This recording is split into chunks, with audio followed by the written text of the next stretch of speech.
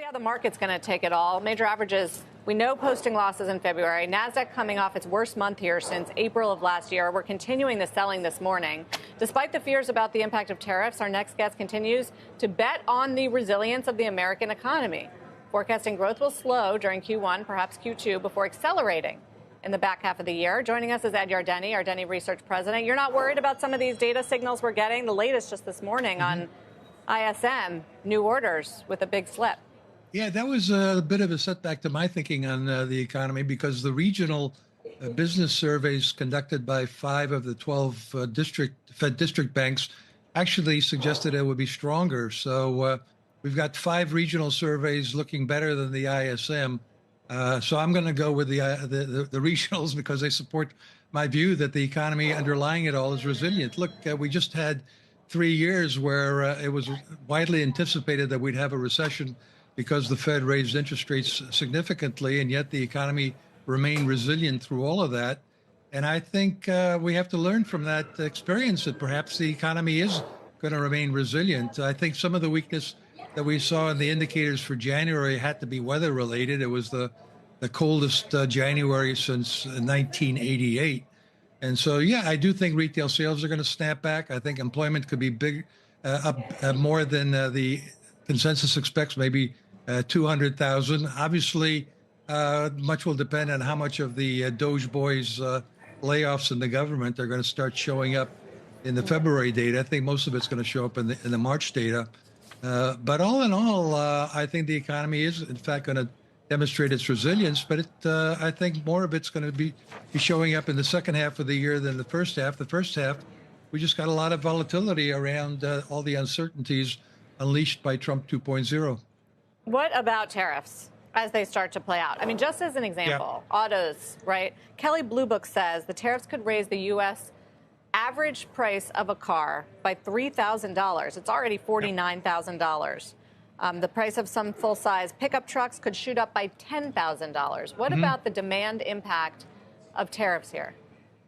Well, I think we have a fluid situation, as the administration just characterized the Canada-Mexico tariffs. We'll see. We still have a day before the tariffs go up to 25% on Canada and Mexico, and I'm sure there's a lot of negotiations going on. Mexico's already come back and said that they will slap the same tariffs on China as the United States is slapping on China. So we may find that the whole situation looks somewhat different tomorrow. But I think a lot of these tariffs are not retaliatory so much as reciprocal. The idea is to raise tariffs, mostly to match tariffs of our trading partners, and then negotiate them down. So I think at the end of the day, when this all settles out, there'll be a lot of negotiations that actually lead to lower tariffs by our trading partners, rather than a retaliatory situation as we had in the early 1930s with Smoot-Hawley.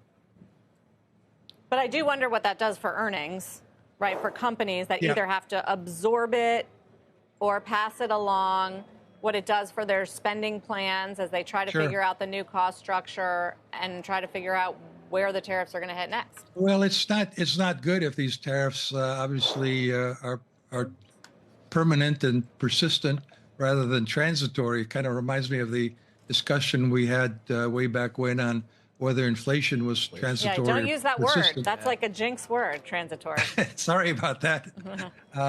But I think you're right. I think in the short term here, it creates a lot of uncertainty about earnings, and we are seeing analysts lowering their earnings for the first quarter. So they're obviously reading the newspapers, reading the headlines, watching you guys, and recognizing that right now, the way tariffs are going, it's not good for the economy. It's not good for earnings. We did, I would point out, have record earnings in the fourth quarter, and they were up 14% on a year-over-year basis. Analysts at first thought they'd be up 8%, again showing the underlying surprising strength of the economy and the ability of companies to increase earnings.